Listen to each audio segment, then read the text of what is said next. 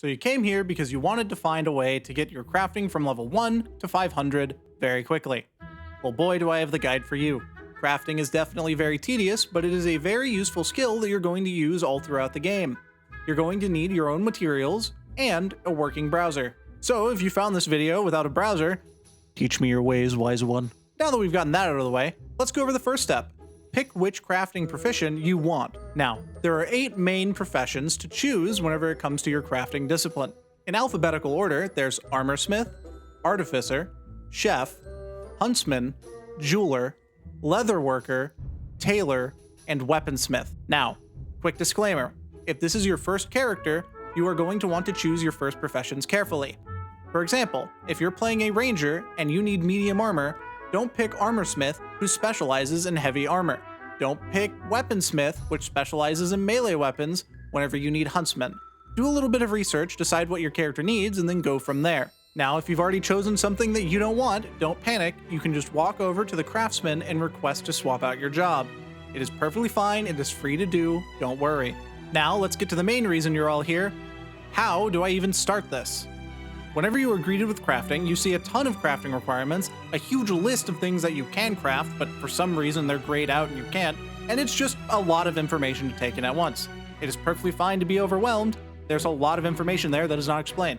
I'm going to be using Leatherworker as an example because I am on my Ranger, and he has my leveled crafting skills. So, for an easy start, we're going to go find our first few crafting tables. Now, there's a crafting station in each of the main cities for each race.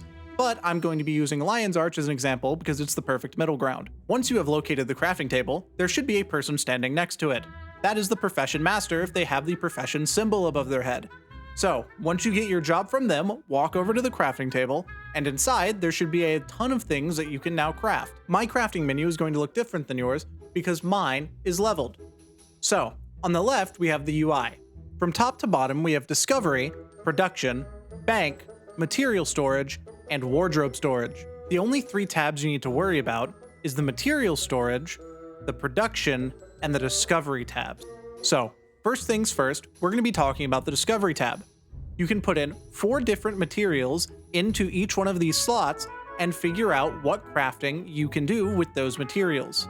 It will blur out things on the left side that cannot be combined with the initial resource you put into the thing. Once you click the craft button at the bottom of your screen, you will see that you now have that crafting recipe permanently unlocked and a copy of the item that you just made.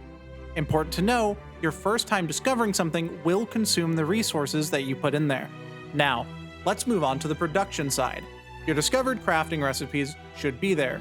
You can also purchase crafting recipes from vendors, and if they are in the right station, you can craft them there as well. Certain crafting recipes are going to require a certain level of crafting, so if you want to craft ascended gear, you usually have to be level 500 in that crafting profession. Leveling up your crafting skill works the same as in every other video game.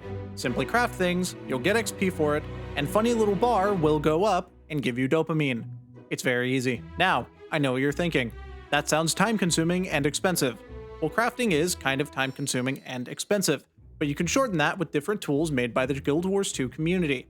One of those requires your API key and will tell you specifically what the most effective and cost-efficient way to level up that crafting profession is, all the way up to 450, and then do that again for level 450 to 500, depending on the crafting profession. There will definitely be a link to this tool in the description, as well as a link to my Discord and other socials. Please feel free to check those out. Now, how do you use this tool, you ask? Well, I'm going to walk you through it. This tool is called guildwars2crafts.net.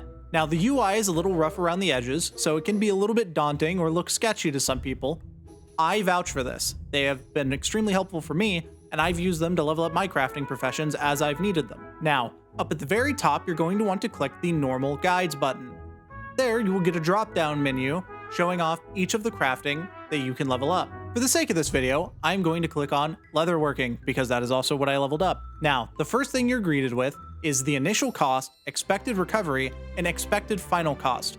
What this means is how much gold you're going to need to immediately put into it to level up, how much you're going to get back after selling everything that you can, and how much you're going to be left with having to pay at the very end of it. This is calculated once you have entered your API key, which allows it to pull what materials you have on your account and then go from there. Now, the Get Bank Content key button doesn't work instantly. You have to give it a second, which is perfectly fine. After it loads in what materials you have, it is going to give you a complete comprehensive list of everything you will need.